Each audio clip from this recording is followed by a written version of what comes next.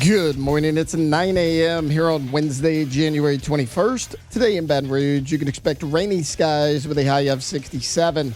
In hour 3 of today's show, we'll continue to talk all news across the college football world. And if you missed hours 1 or 2 of the show, including our visits with Dr. Stephen Etheridge and LSU Associate Women's Basketball Coach Bob Starkey, you can find that in the on-demand section at 1045ESPN.com. You can also follow us on Twitter or Instagram at OTB_ESPN and watch us on YouTube at the 1045 ESPN channel.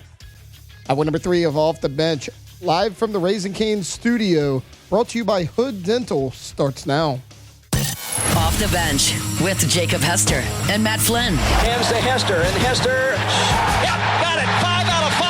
From carrying each other to a natty to carrying each other on the air. Flynn is back to throw for the end zone goal. Live from the Raising Cane studio, it's Off the Bench.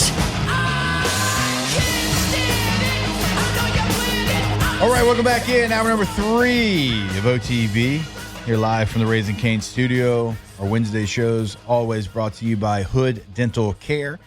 Go to hooddentalcare.com. That is a website. They've got locations in Denham Springs, in Watson, multiple in Zachary and Livingston. They have got you covered. So if you're listening to us here in the greater Baton Rouge area, we are certainly talking to you. Go to hooddentalcare.com. So I heard yesterday that you did a little mailbag segment. Yeah. But you forgot to remind the fine folks in the Bayou 4 chat. And No, I did. just didn't have any questions. Yeah, I didn't have any support till the end. I was like, ooh. But I should have checked it. That was on me. I threw it to the OTB mailbag, to the drop we have. What's the intro that we have to it? And I forgot to check to see if there were questions there, because that's an important part of it. Yeah. You know, that if you're doing a mailbag, that there's mail in there. True. There wasn't any mail Okay. until the end. I chatted about halfway through the segment. I was like, hey, bros, help a brother out. Those some questions. You know, but we got through. You know, it was an OTB mailbag session with not a lot of mail. It's all right. Sorry. Not pointing fingers at anybody. But I'm not pointing thumbs either. I don't get it. I'm not blaming anybody, but I'm certainly not blaming myself. Not taking that one. How you doing over there? You're a little stressed right now. Yeah, I got a little situation. Got a Little- situation. Good situation. Is everything but okay? I'm just trying to decide when I got to bail. You're getting Christian I've been a Bale on it. bad teammate this week. Been a bad teammate. Well, it's okay. As long as everything's okay. Yeah. Oh, no, it's good. It's good stuff, but it's like Yeah. it's moving parts. Yeah, well, maybe we'll try OTB mailbag again. That's what I was kind of setting up for. So you can go ahead and get those inside the Bayou 4 chat. I was going to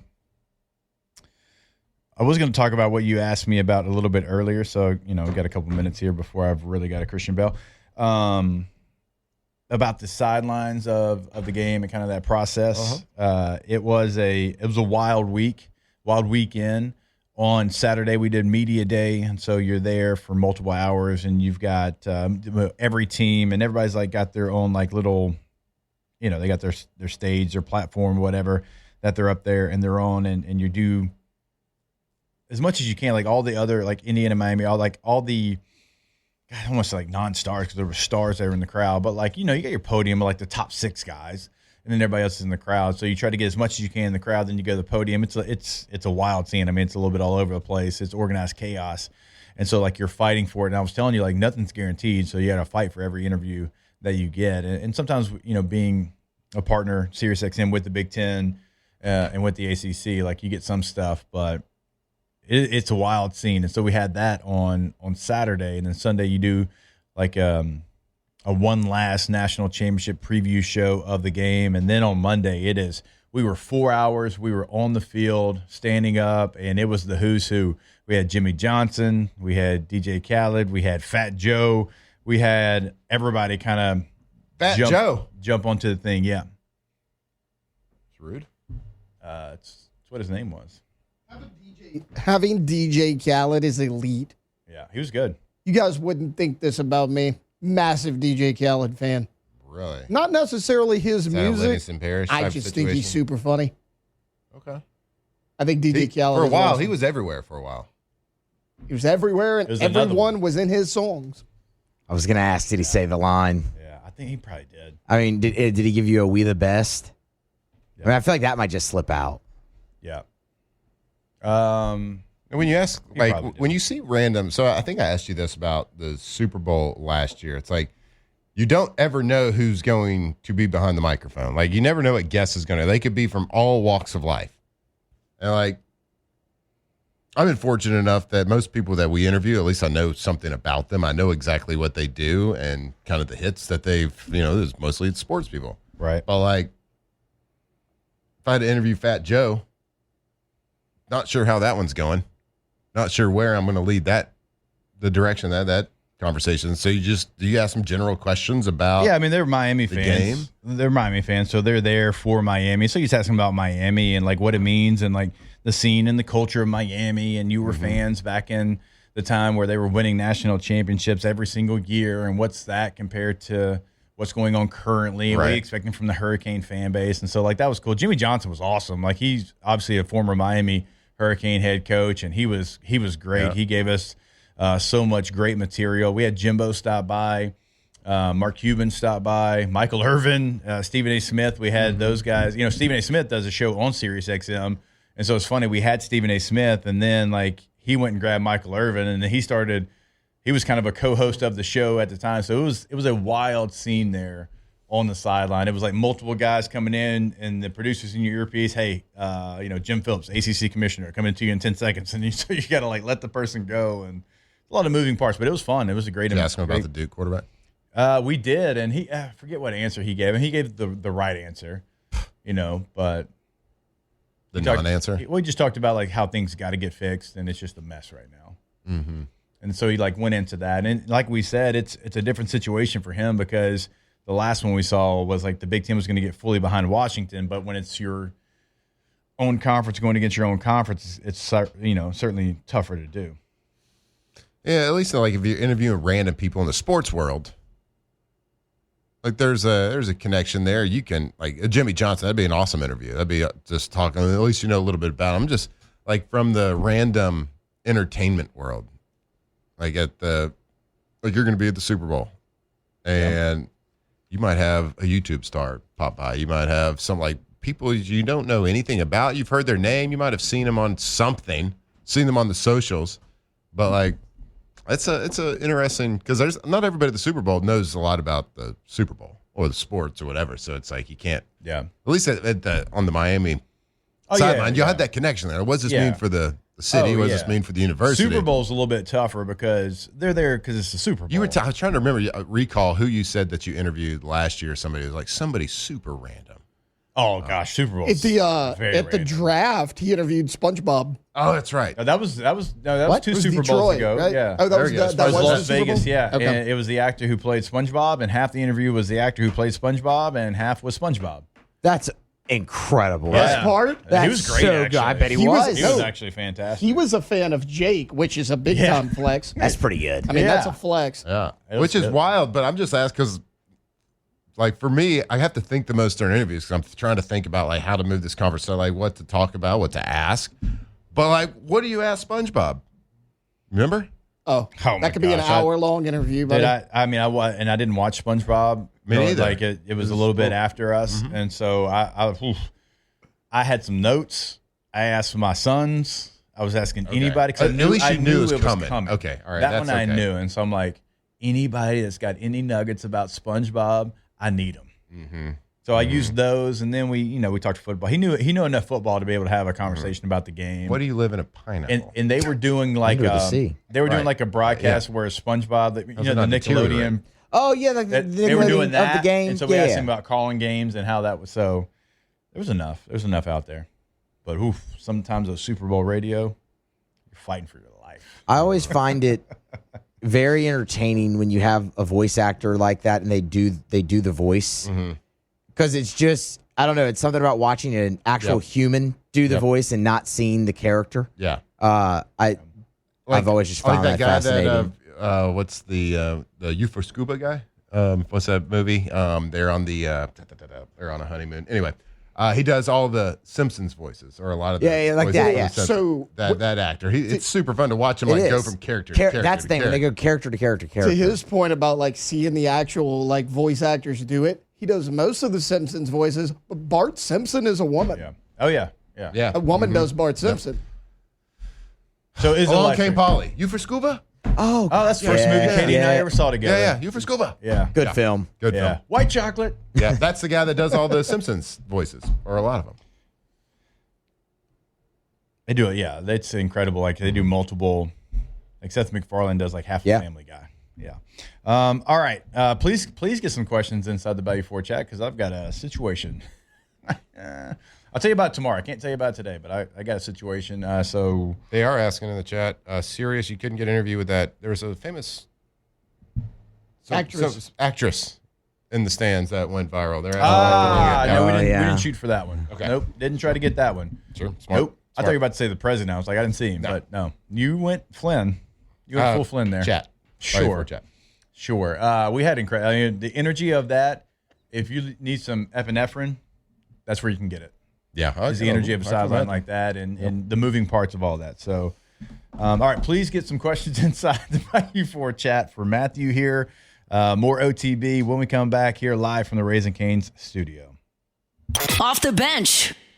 All right, go to GoTommies.com, G-E-A-U-X, Tommy's with a Y.com. You'll clearly see the difference. Tommy's windows, doors, and also, yes, siding. They are award-winning over at Tommy's. Best of Baton Rouge in the Advocate 2025. That went to Tommy's windows, doors, and siding. You'll clearly see the difference. They'll customize your job. They'll do whatever they have to do to make sure that your project is done the right way. So, again, go to the website today. Take a look at what they can do for you. Take a look at what they've done for your neighbors here in the greater Baton Rouge area. That is GoTommies.com. Yeah, they got all those awards. They're hanging banners every single year since 2016. And that's for a good reason, because they got a great reputation. Because when they come and do a job for you, they're going to do it quickly. They're going to do it the best way, the right way, the Tommy's way. And that's why they win that award every single year. So if you have a project happening, if you got it going on, make sure you call them to talk about the project, give you that price, let them show you why they win those awards every single year. Give them a call or go see them today. GoTommies.com.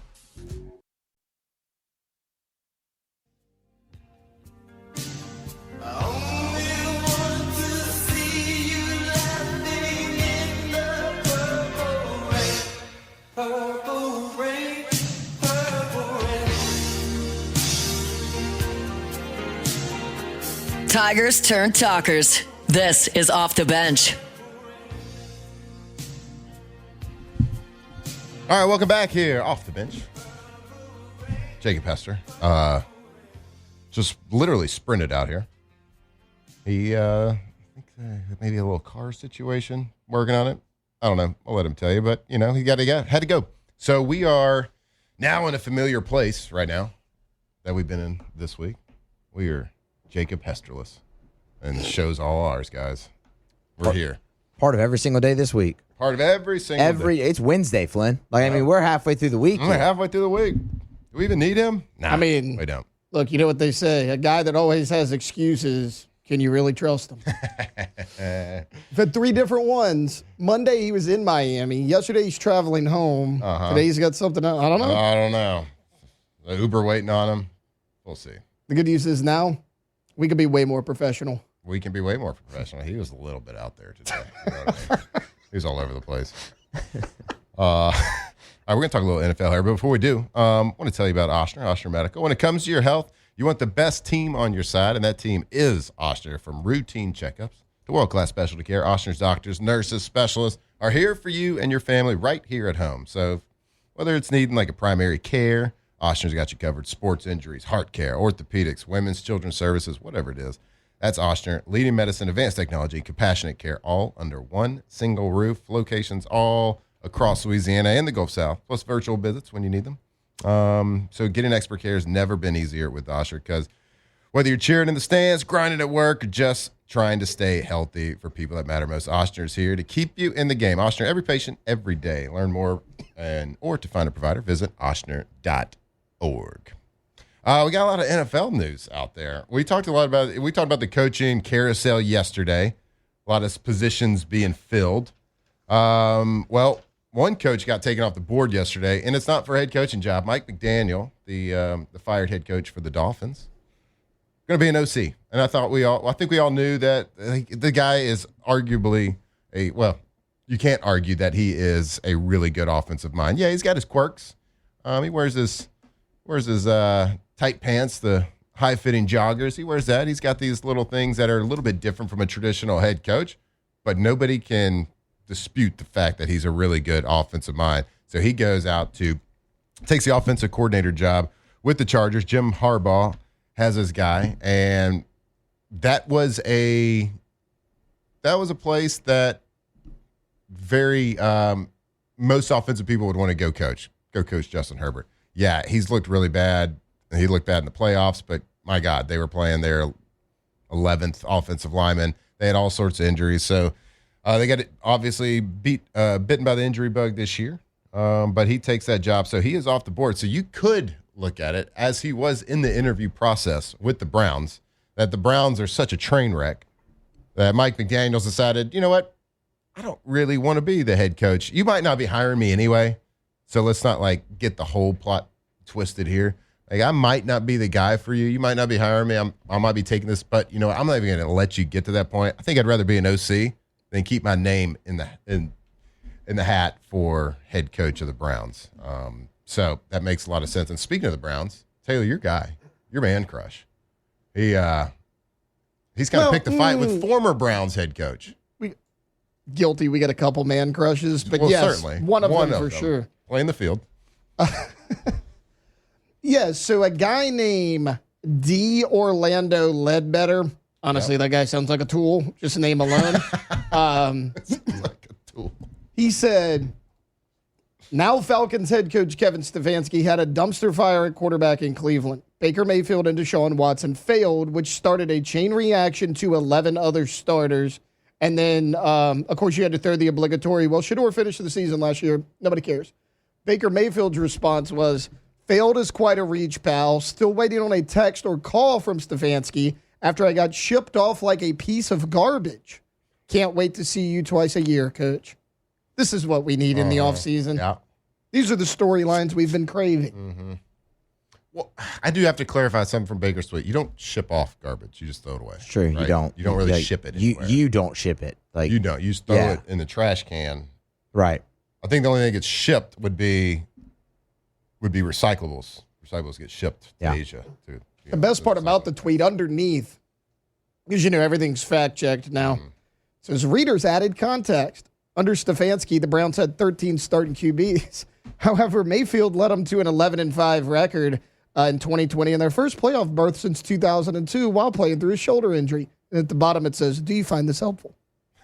We love that's the best part of the tweet right there. That's the best part. We love a community note. I mean, that has been such a great addition to Twitter, X, whatever you want to call it. I mean, just to watch people get completely obliterated is awesome. Actually what you said is really not true. And I hear that's so good. Helpful? Two dudes arguing on Twitter, and underneath it's like, well, look, guys, let's get to the facts. Let's get to the facts. So let's make sure the facts don't get in the way. So was Baker Mayfield and Stefanski is that the feud that we didn't know existed, but we also didn't know we needed? I mean, I kind of knew it existed. Well, let's back up. I didn't know who Baker didn't like at Cleveland, but he's the type of guy that still thinks about that. I always assumed it was Andrew Berry that came in and wanted Deshaun Watson just because he wasn't the GM that drafted Baker. That was, John, I'm blanking on his name. Doesn't matter. Andrew Berry was not the GM that drafted Baker. So, and then, remember, he tore up that whole team, get rid of all those draft picks, and gave Deshaun the $230 million guaranteed deal. And my thought was always, how does Andrew Berry still have a job? Mm-hmm. Take Baker Mayfield out of the equation. You gave up all those picks. You gave Watson a $230 million deal. I think Deshaun Watson's played 7 games since he's been in. To me, they let go of Stefanski. Baker clearly has an issue with Stefanski. Maybe Stefanski was the one that pushed for Deshaun Watson instead of Andrew Berry. Well, Baker wouldn't know because apparently he didn't call them. He said he's still waiting on a call from Stefanski. So that is... Who said it recently? There's too many nice people in professional and college sports now. We need some... They're too buttoned up. They're too buttoned up. There's too many buddies out there. Too many people that coach together for a long time. Oh, they were talking about Ben Johnson and Matt LaFleur in Green Bay and in Chicago. Like, we need this. Like, you have to have rivalries. You have to have drama. You have to have people like not liking each other. It's the Chicago Bears and the Green Bay Packers. You're not supposed to like each other. Mm-hmm. So don't complain and don't like get mad at somebody because he's being an ass. Like, this is good for sports. It's good for sports. No, you got to have sportsmanship. You got to shake hands. You got to look people in the eye and say good game. But like, you don't have to like each other. That is not in the rule book. You don't have to like each other. So the fact that Baker Mayfield taking like a Ben Johnson type call, like, I can't wait to play him or beat him twice next year. I like, and I love it, and I think it should be. I think more people should embrace that. But I look towards the end of my playing career, like Richard Sherman was that guy. He like played that villain part, and people were hating on Richard Sherman because they're like, well, this guy, he's not doing it the right way. Why? He's making it entertaining as hell, right? You want athletes to give their opinions on things. You want them to open up. You don't want athletes to give stock answers, and then when they do, people criticize it. They're like, well, okay, well, let me just go back to giving a stock answer since I just got poo-pooed on for telling the truth, telling what's on my mind. So, good for Baker. Also, who did the Tampa Bay Buccaneers open with next year? The Atlanta Falcons. I love it. Let's put that game in prime time. Is Baker pretty solidified in Tampa? Yeah, he's been there 3 years, and I know a lot of people want to say he had a down year. I thought Josh Grizzard was an atrocious offensive coordinator, but his numbers were still good. Like, he had a better touchdown interception ratio than Sam Darnold, who everybody right now is crowning as a top 10 QB because his team's in the playoff. But he had a little bit of a down year. But yeah, he's been there 3 years now. 2 division titles, had every opportunity to do it this year. So yeah, I'd say so. Todd Bowles ain't getting rid of him. No chance. Todd Bowles, this guy won't die. No chance he gets rid of Baker Mayfield. They should probably get rid of Todd Bowles, but that's another. Y'all would consider yourselves sports fans, right? Y'all know a lot about football. Moose, I don't know really about your NFL fandom. I assume you know a lot of names, a lot of people, a lot of coaches. Yeah. The Raiders just completed a second interview with a head coaching candidate. Ejiro Evero.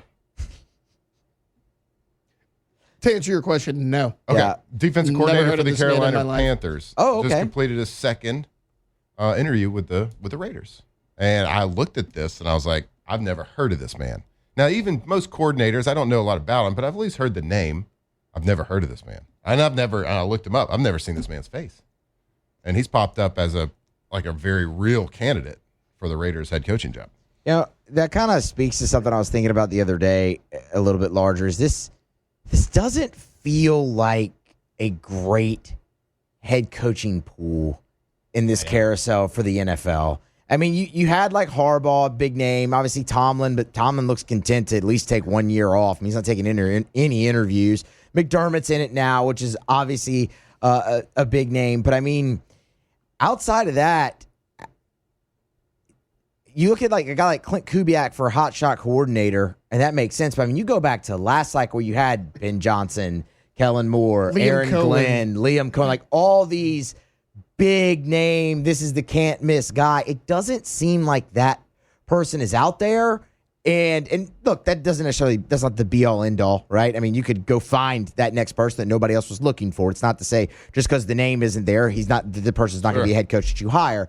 But with all the openings in the NFL, let's see, there's still 7. Yeah, because Falcons, Giants, and Dolphins have been filled. They hired Jeff Hafley. Yes. So Titans too. They had Robert Saleh. So 4. So 6 openings left. You had 10 openings in what feels like not a super strong candidate pool this year. Because to your point, all the hotshot coordinators that everybody knew, they got hired last cycle. Yeah, Cohen, Kellen Moore, like that, all Aaron Glenn, like all of them. Like the Buffalo Bills, for Musso's reference, as far as like a bottom of the barrel, they want to interview Brian Daboll. They've specifically requested to interview Daboll. Like, I like Daboll, and he was actually okay there as an offensive coordinator, but he left. He was shown the door in New York and probably should have been last year. And you're going to bring in Brian Daboll. Like, is Brian Daboll better than Sean McDermott? No. Yeah, but at least you know what you got with Sean McDermott. Daboll did have success there as OC. Has a relation, and you're going to pick that head coach. That job is unique in the hiring process because you're going to pick somebody that's familiar and Josh Allen's comfortable with. Right. And he does have comfortability. You are with him. letting Josh Allen have a say in this pick. Now, you got to be careful with that because certainly you don't want Josh Allen to just pick a buddy to be the head coach because coach has to hold a player accountable in some form or fashion. But you look at I kind of made this list yesterday. You have Sean McDermott's available, but then it's Arthur Smith, Brian Daboll, Mike McCarthy, Joe Brady, Clint Kubiak, Vance Joseph, Brian Flores. I mean, Ejiro Evero. He's the next big thing. Sean McDermott should have his pick. I mean, that should be the guy you go after. I feels like a Steelers type of pick. But then we talked about yesterday, the Bills, the obvious pick would be Mike Tomlin to go to the Buffalo Bills. That would be such a sexy pick. That would be an amazing, but it sound to your point, Moose. It does sound like Tomlin is no, I'm done. Yeah, I'm good for now. Thanks. Mm-hmm. But Josh Allen kind of changed. I mean, that would change a lot of people's mind. When he said that, the Bills was not open. All right. In fairness, but Tomlin does seem like the type of guy that's just cool for chilling for a year. He's earned it. I mean, hell, he got coached in Pittsburgh for 19 years, won a Super Bowl, and I mean, never had a losing season. Right. Ever. How about this? How about this? Okay, so the Steelers, their ownership comes out recently and says, we are fine with Aaron Rodgers coming back as our quarterback, but we're going to leave that up to the new head coach. Yeah. Why that say is anything? A terrible statement. Yeah, why say anything? Why say anything? Why bring? Now you're going to hire a head coach, and for lack of a better way to put it, you're going to make the new head coach have to be the bad guy in this situation. Well, and divide the fan base first day, right? Because I'm sure there's a faction that don't want Aaron Rodgers because they think he's too old. I'm sure there's a faction that are like, hey, he's still got it. Now, whether he comes back or not, it was on that guy. Why would you say that? That was wild behavior, I thought. Just saying, it's going to be on the new head coach. He's got to make those, which is probably true. Great. No one asked you. But the you could have just stayed silent. Doesn't do stuff like that traditionally.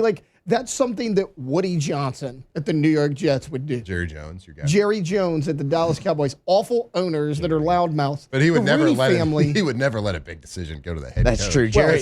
That's true. Jerry would never say it. Jerry would be like, guys, what do you think? I'm making this call. Yeah. Obviously, you're in Jerry's world. I have 3 Super Bowls from 30 years ago. I know what I'm doing. America's team. It's never dull in the NFL, is it? No, I love it. It's fantastic. At least you know the rules, though. That's true. NFL. You know the rules. You know the rules. It's exciting. There's drama. In college, you don't know the rules, and you're like, I'll learn something new today. The rule next year or next week might be different because I'm sure there's a lawsuit happening somewhere. Oh, well. I love the NFL, and I can't wait for this weekend's games. Can't wait for the matchups. And then Super Bowl week, we're going to be here. It's going to be the tripod holding it down all week. Jake's going to come on a little bit, but Jake's going to be out in San Francisco, California, the worst state, obviously, in America. He'll be there all week long, so it's going to be us holding it down all week during the Super Bowl. But I can't wait to see who will be in the Super Bowl, and we'll figure that out this weekend. AFC Championship, NFC Championship. Looking forward to it. All right, we're going to go to break. We'll come back, and we got 2 more segments of this show. We're going to talk about God knows what. We'll figure it out together right here, Off the Bench. Off the Bench. All right, go to trashrangers.com, trashrangers.com. Most reliable trash pickup service in Louisiana. So whether it's commercial, whether it's residential, industrial, whatever it is. So they got commercial dumpsters. You can get it picked up once a week. You can get it picked up 7 times a week. It doesn't matter. Doesn't matter what size business you have. Doesn't matter how small it is. Doesn't matter how big it is. Residential service, if you are one of the lucky ones that has that available in your area, make sure you give them a call. Talk about that service, because when they talk about customized service and it's the best service for you, if there's a holiday, most trash doesn't get picked up on a holiday, but usually you don't get that day made up. No, they'll work on the weekend after, and they will recoup that trash pickup service and roll-off dumpsters as well. 3 sizes to choose from. So no matter what your project is, you got a special project at the business, at the office, at a warehouse, or at your home, you can call them, talk about this is how much trash I have, and they will tell you exactly what size you need and give you flat rate pricing. TrashRangers.com.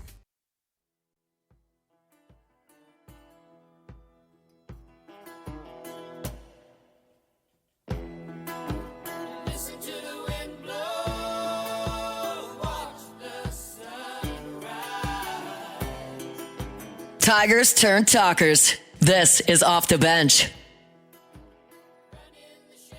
All right, welcome back. Off the Bench, 9:36 a.m. Wednesday morning.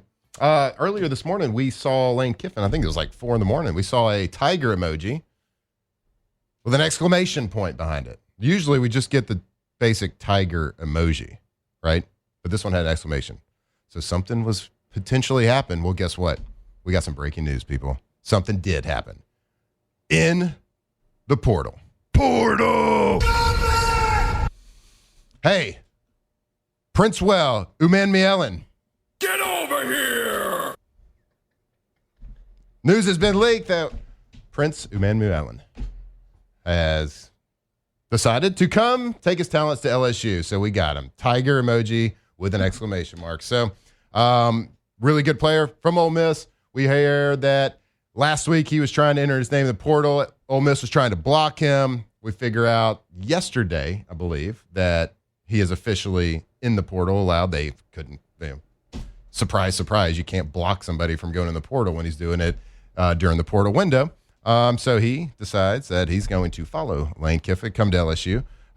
This past season, 9 sacks, 13 tackles for a loss. So really good player, really good win. And LSU continues to add to their portal class. And my God, the numbers are starting to stack up. And they're starting to stack up with some really good players. Taylor, you got any Musso? Y'all, I'm sure y'all have done a little bit more deeper dive on this guy, but Portal Combat, we just keep on winning, baby. He's a stud. I mean, and you brought in Jordan Rawls, you brought in Jaylen Brown. Those are SEC guys. They didn't play a ton last year because of injury or otherwise. Like, this is a guy, 13 tackles for a loss, 9 sacks in the SEC. Andy's familiar with Lane Kiffin. This was a no-brainer whenever he entered the portal. I mean, his name has been attached to LSU for quite some time. And, Matt, you were talking about the numbers adding up. Make that 41 transfer portal players. So, not bad. Not a bad day for Lane Kiffin. The tiger emoji was warranted this morning. The tiger emoji, the tiger emoji's lost a little zest because we keep posting it and nothing happens. So he changed it to this is going to be the greatest day ever or best day yet. And nothing really happened. Tiger emoji, exclamation, meant it was going to happen. Can't wait to see the next one with 2 exclamations. Yeah. The news has got to start. It's going to be running out now. I think that all eyes are kind of on the Jordan Seaton situation now. That's about it. It's the last big one you're waiting for. Last big one. But nobody else can enter unless you're from the University of Miami or University of Indiana.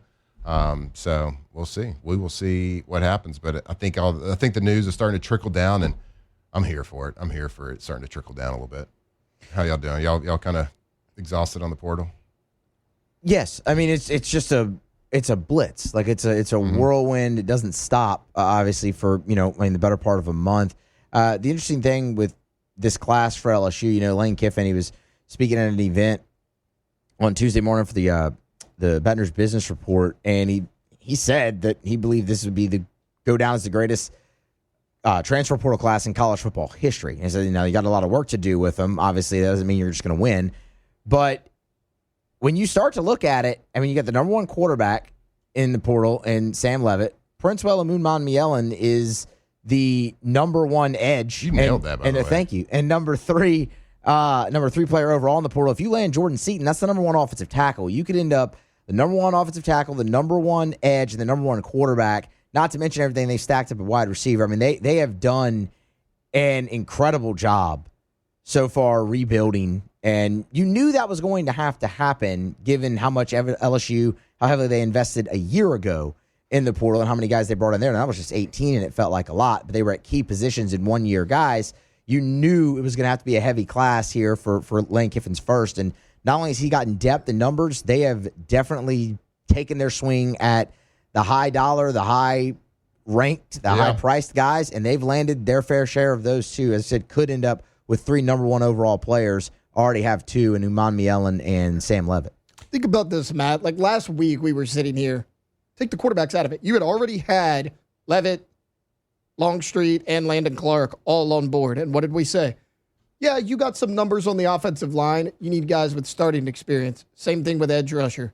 You do it here. You got 3 guys over the weekend, all with starting experience, even without Jordan Seaton on the offensive line. And we said, hey, it'd be nice to have an experienced linebacker next to Whit Weeks. Well, enter TJ Daugherty that you got a couple days ago. So, we were so happy. Is Lane listening to the show then? Some are saying. Yeah. Some are saying. Because even without quarterback, we were like, okay, O-line, edge rusher, linebacker, those are probably your 3 holes. And, I mean, they filled them in a big way. So, you can poke holes in any sort of class you want. It's hard to do that here.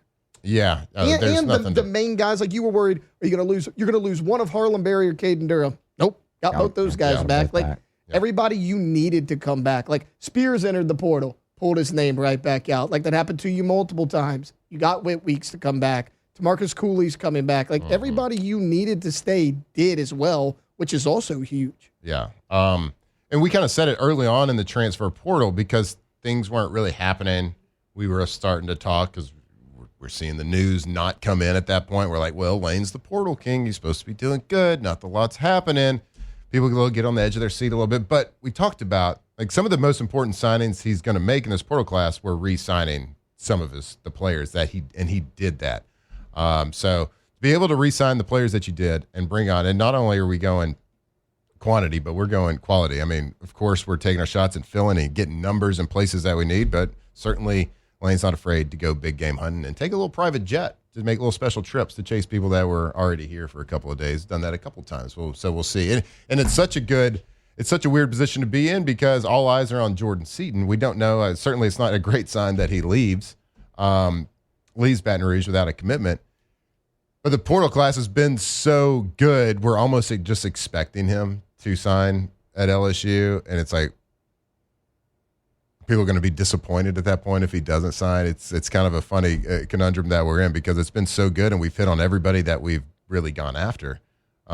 So we'll see. We'll see what happens with that. Well, certainly the numbers look a lot better than they did 2 weeks ago in the portal for one, but at the offensive line position. Did y'all see the with all the clips from the national championship? Mark Cuban was like talking to everybody. He was all over my timeline, all the different shows. Somebody had asked him about the portal, and it got me thinking, not to say that everything he says is like right or accurate, but he just coming from one guy that is part of NIL and helping pay. It's like when you're doing the portal stuff, you don't always want to go after the highest paid guys because if that's all you're doing, then you lose your identity and your culture changes in a place because then it becomes only about the highest paid guys, not only just like only bringing those in, but the guys that are currently on the roster not making those dollars as well. So there's a balance you have to find there. Certainly you have to go after the best. If you want the best, be the best, you have to have the best players.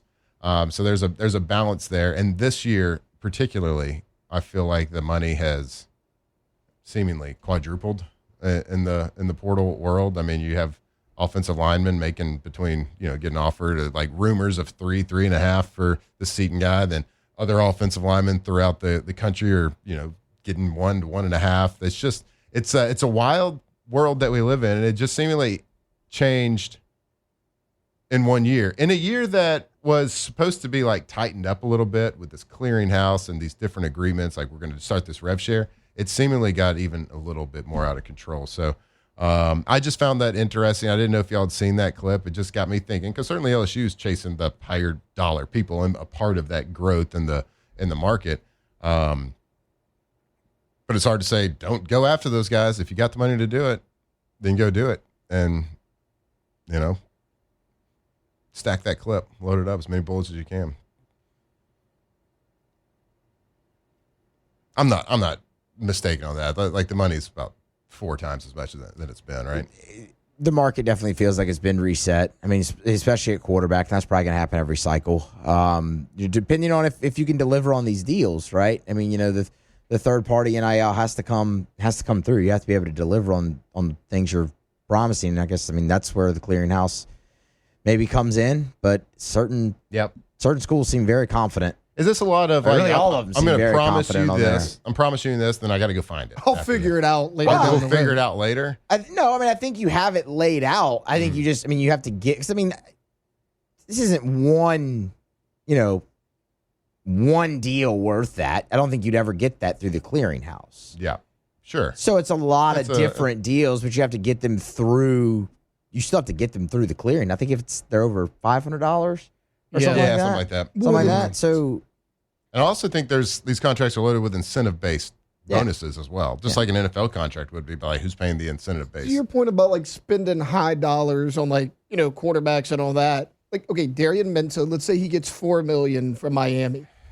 They gotta buy. They gotta buy out. They gotta buy out what Duke. What Duke his. Yeah, they gotta buy that part out. Let's say that's $3 or $4 more million. Well, you didn't spend $4 million on Darian Minto. You spent $8 million. So you're buying out players from their current contracts or deals. So you're spending, a couple million to get them, a couple million more to buy them out. Yep. So it's a fascinating world. I hope more information comes out that gives the fans more clarity about how all this stuff works, and does this money actually all of it reach the players' pockets, and in what form? How long does that take? And then this incentive base is fascinating too, because who's paying that? It's better player you are, the more you should get paid. That's kind of how it is. But these guys you have guys with relatively low experience getting all this money guaranteed, a lot of it through marketing. So if they don't play, or they get benched, or they get hurt, or they don't play well, does that marketing dollars kind of go away? Do people still pay for it? I don't know. We'll see. But it's a crazy world we live in. I still love it, but I just want to know more about it.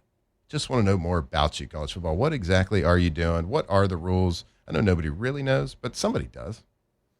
And hopefully LSU does. So we'll see. Fascinating. Go Tigers. We got one.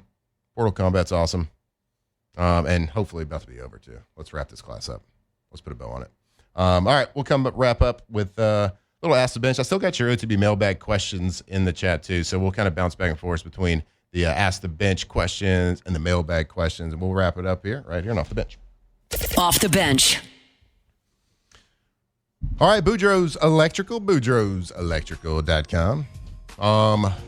Questioning a lot about the NIL. Doesn't give me peace of mind, but guess what does? Boudreaux's Electrical. Having a whole home generator at my house. So no matter the weather, no matter the storm, no matter the temperature, no matter if there's just a slightly windy day here in Baton Rouge could knock the power out as well, I'm covered. My house is covered. The stuff in my freezer, the deer that I shot this year, the ducks I got in my freezer, gonna keep that meat. We've all been there. We've all had to clean that freezer out after a hurricane or something. Stuff goes down. Doesn't smell great, but you know what? Boudreaux'sElectrical.com. They can get you fitted with a new Generac whole home generator. If you go to their website, Boudreaux's Electrical, you can click the big old red button right there that starts, get a free Generac quote. So start that process today. You tell them the size of your house, and they can size exactly what you need for your house. Go check it out, Boudreaux'Electrical.com.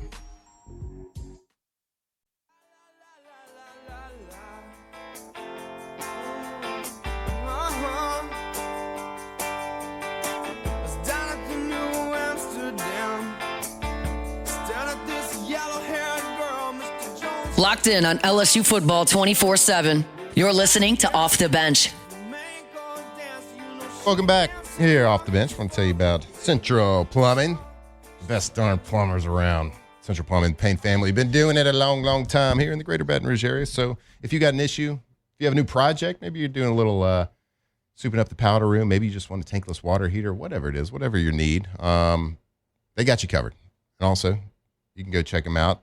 Their website, centralplumbing.org, and 24/7 emergency service. So if you're at your house and something happens, you got people over, you're throwing a little Super Bowl party in a couple weeks, you got a little, just a watch party, whatever, if something happens, well, they can come out and they can get you fixed up right there in an emergency as well. So give them a call. If you got a project, like I said, commercial, residential, industrial, whatever it is, water lines, gas lines, does not matter, centralplumbing.org.